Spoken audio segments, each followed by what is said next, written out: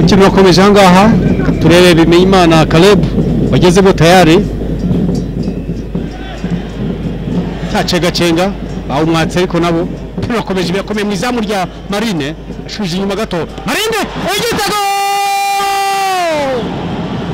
igitego cya mbere cya Rayon Sport kikaba gitsinzwe na Pierrot Kwizera. Umupira bawumuhaye yango urebe nyuma akazi gakomeye cyane gakozwe na Caleb wari ukimara kwinjiramo, ariko umupira wabaye nk'utakaje. Saddam Nyandwi atanga centre, umupira agenda ku kirenge neza cya Mbondi akurura abakinnyi ba Marine ahitereza umupira kumana umupira kwa Mbondi. Aya masegonda umaranye bitumye Marine yose igenda yinjira muri box, bihereza umwanya Pierrot ahita amuhereza umupira nawe ashyira mu rushundura. Ni umukino mwiza n'akazi keza ka Mbondi ndetse na Pierrot kumenya kwa envelopa ipasi ishoti ryiwe umupira ukagenda ukinjira muri film. Christian Mboni mfano sasa toa pasi muro kwa Keve anakwenda anakwenda piga chenga la kwanza goalkeeper anaumimina ndani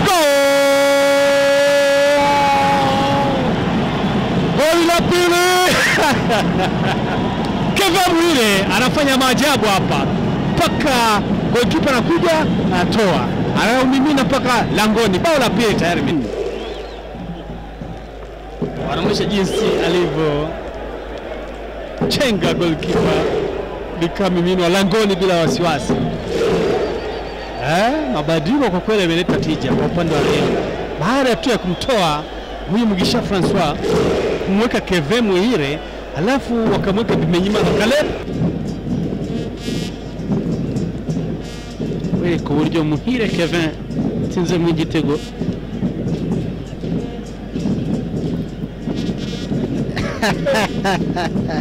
Kuri decoder Azam TV wasanga mashine arenga 140. Igurire decoder Azam TV hamwe na antene yayo y'igisahani ku mafaranga 25,000 yonyine.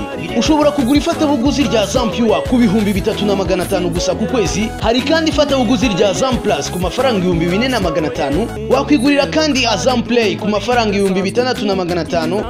Mwaduhamagara kuri 0728500202. Azam TV, imyidagaduro kuri bose.